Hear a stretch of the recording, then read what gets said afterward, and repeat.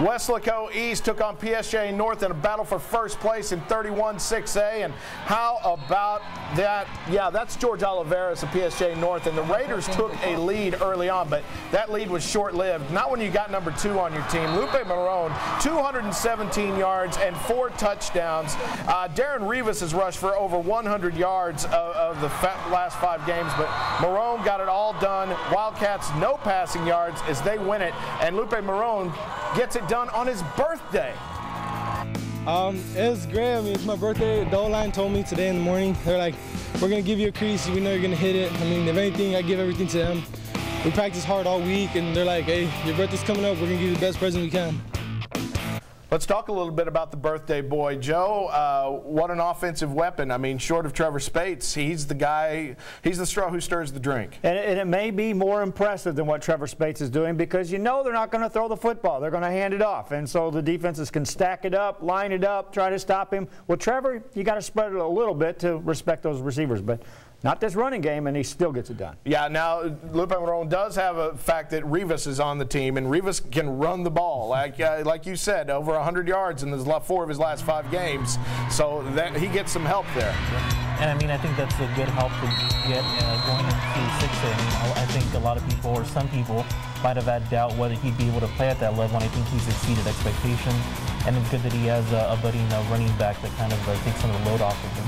Yeah, what Marone has done after coming from La Villa, nothing short of miraculous. Meanwhile, Weslaco's East crosstown neighbors, the Weslaco Panthers, just keep on with their resurgence as they were taking on a tough PSG Memorial team at FAR on Thursday night. And this one, it looked like PSG Memorial was going to take this one. They took the lead late in the first half.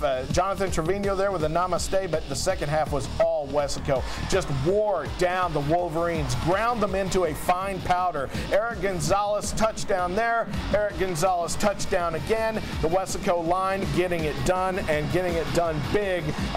This team lost 4 of their first 5, but Tony Villarreal says he never lost faith.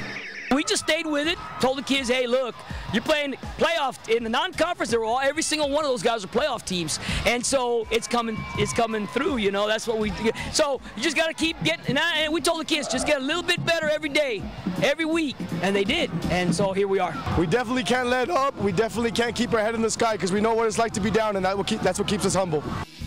Your 31-6A standings look like this. PSG North alone in 2nd at 3-2. Edinburgh North alone in, Edinburgh North alone in 4th at 2-2. PSG Memorial still has a chance, but they've only got 1 shot left. But there they are on top together, Weslaco and Weslaco East.